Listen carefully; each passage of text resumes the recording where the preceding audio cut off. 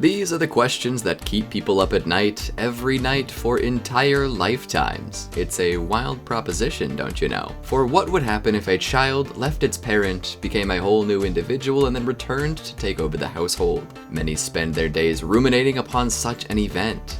The cyclical nature of history implies that it will happen eventually, but with globalism passing by its glory days and entering a new era of decrepitude, it may never actually happen. Or maybe it's closer than ever. The day may come when the British eat their last crumpet and sip the last of their tea. However, it could be the Yanks who end up on the losing side, forfeiting their right to hamburgers and light beer for all days. I'm of course referring to the topic of discussion on this fine day: what if America invaded the UK? A beautifully complex query indeed, one that I am only very basely equipped to handle. Let's get right to it then, and don't take my word as gospel. Please, sound off in the comments concerning your ideas about American invasion. We'll start off the video today with a look back at the history of American-British invasions. You wouldn't think that it had happened too often, especially considering the history that these two nations share. Allies in the world wars of the 20th century, and giants of industry and trade. What purpose would an invasion serve these days? Well, that's a question for later as we look back to the War of 1812. You know, the war that happened in 1812. Hard to believe, I understand, but it really did happen. According to Wikipedia, this war was a conflict fought between the United States and its indigenous allies, and Great Britain, its dependent colonies in North America like Canada, indigenous allies, and Spain. The conflict formally began when the United States declared war on the 18th of June 1812 and officially ended with the 24th of December 1814 Treaty of Ghent.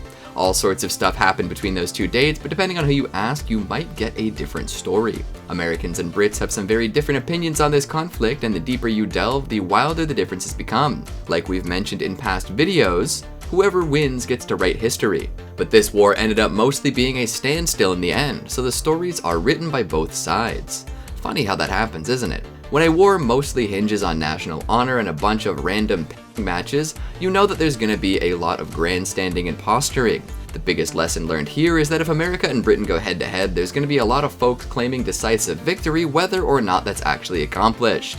Ah, Britain and America, the two legendary loudmouth colonizers. You can trace a lot of world issues back to the source by figuring out where these two countries were when everything started. Which brings us to the question du jour: what if America invaded the UK? I'm going to place this scenario in the current socio-political climate to make things really interesting, as I am no expert in world history. But seeing those two countries duke it out would be absolutely fascinating, if not enormously horrifying. You see, they haven't really had a whole lot of issues with each other since the United States of America decided it was time to break away, dump a bunch of tea into the harbor, and start their own country with blackjack, and the rest of the Bender joke that YouTube would get mad at if I said aloud. Hurrah!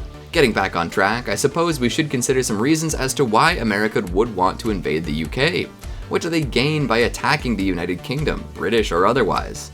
At this point, it's hard to say. The UK isn't exactly an easy point to attack, and it offers few natural resources for America to exploit. It would have to be a largely political-based attack, inspired by a difference of opinions and poor social skills the likes of which we've never seen. Absolutely mental, as the Brits might say.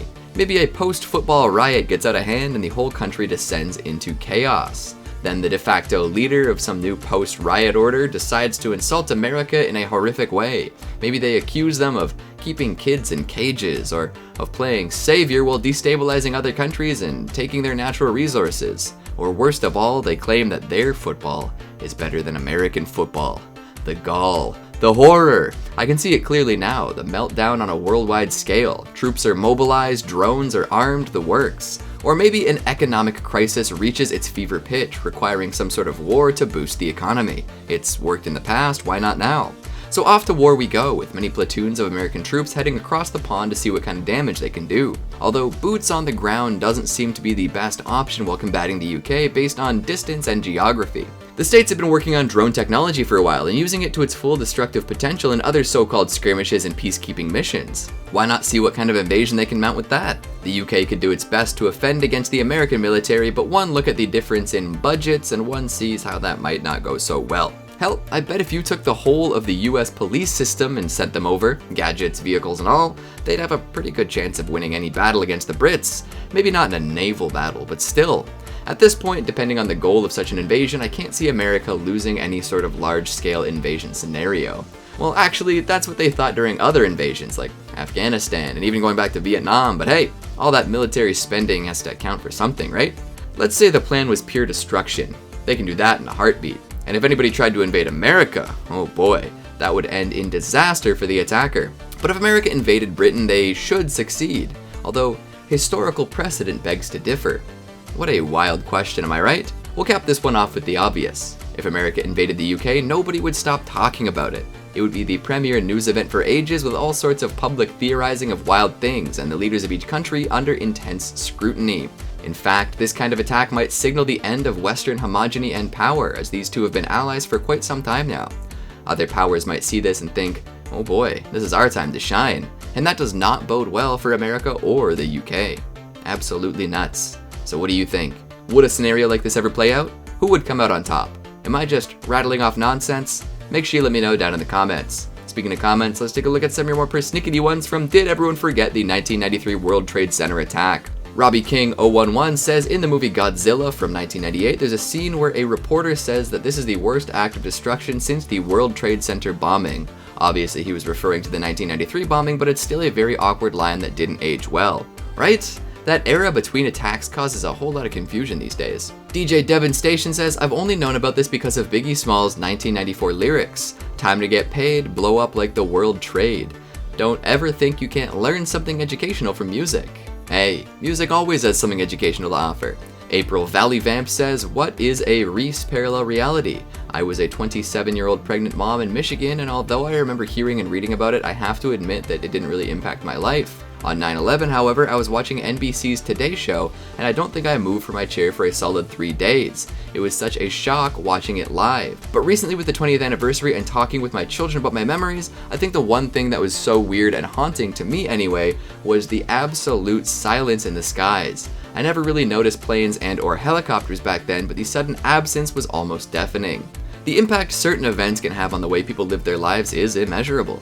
Kyle Andrews says, if Obama wasn't president in 2000, none of this would have happened. It's all his fault. I'm gonna go ahead and assume this is sarcasm, right? And that's all the time we have for today. Thanks for watching, and I'll see you next time.